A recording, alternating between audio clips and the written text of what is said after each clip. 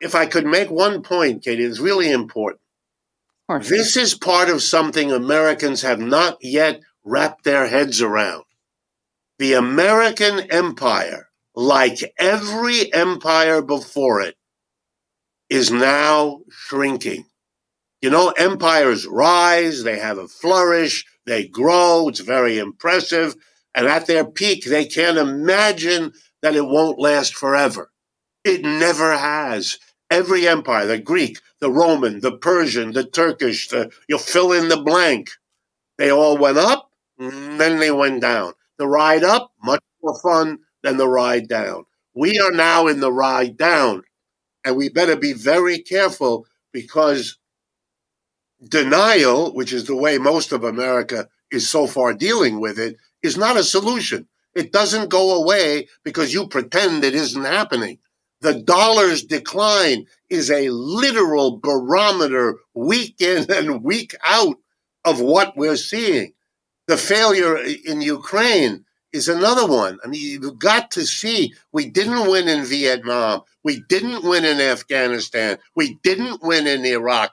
You can dance around it 20 different ways, but it is the truth. This is not an argument about who's the good guys and the bad guys. I'm just explaining we are not facing a decline that is underway and that is showing us its face if only we're willing to see it. And we could have a, quote, decent soft landing. Empires do not have to go out in a horrible explosion. They can decline. Britain, not that they're a model, but after trying twice to stop the United States in the War of Independence and again the War of 1812, the British figured out we can't do this militarily, and they came to terms with their decline and being replaced by the American empire. I don't know what's coming next. I don't know whether the Chinese will be the next empire or whether it'll be handled in a multinational way. And there's some evidence in both directions. But the United States is not able to do what it did. And one of the greatest mistakes empires in the past have made is overreaching when they can't do that anymore. And my fear is we're at a very delicate point in that process, hampered by a denial of what's going on that periodically frightens me. So if our politicians could get out of the state of denial and face reality, what would that look like? What would this soft landing that you just described look like? They would have to sit down at this point, either with China or with China and what we call the BRICS, this group of nations that are really working well together.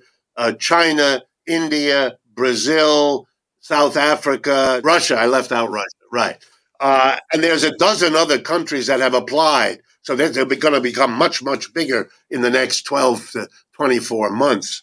You'd have to sit down with them and work out a live and let live arrangement. You know, the world needs a lot of things produced. Americans can produce some of them, Chinese can produce, and Brazilian. We'd have a much better world if it were more generously distributed. It shouldn't all be in North America and Western Europe. That's a legacy of colonialism we should better put behind us. If more of the different parts of the world really are integrated, they'll be less likely to be tempted to do militarily what they really can't afford. That's already underway. We might have done terrible things vis-a-vis China if we weren't as dependent on the Chinese as we already are. Look, from the time that Kissinger and Nixon went to China and reestablished relations with them several decades ago, until 10 years ago, the United States and China were helping each other. We're trading a lot. That's when a lot of American companies invested in China, et cetera, et cetera. We were able to live together. Those were years of great prosperity in the United States and great economic growth in China. My feeling is, look, we have much to gain and we can avoid a terrible loss. A war? Are we serious? Are we going to have a war around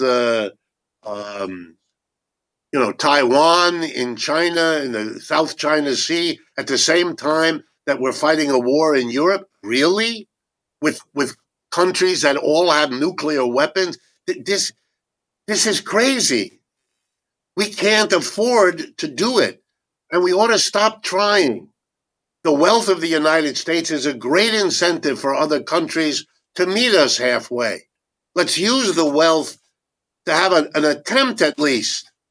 Even if we fail, it's worth the effort to try to do this rather than the saber rattling that's scaring everybody in the world and not bringing the United States out of its decline. Its decline continues.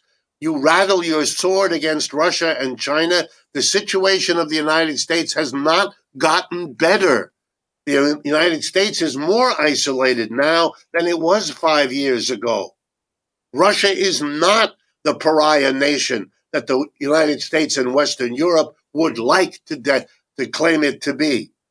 I'm not arguing whether it's right or wrong. Sure. I'm not It's not a defending moral argument or any of that. What I'm saying is, let's be honest and look at the situation the way it is. We are fighting to the last Ukrainian, and I don't think that's a smart move at all.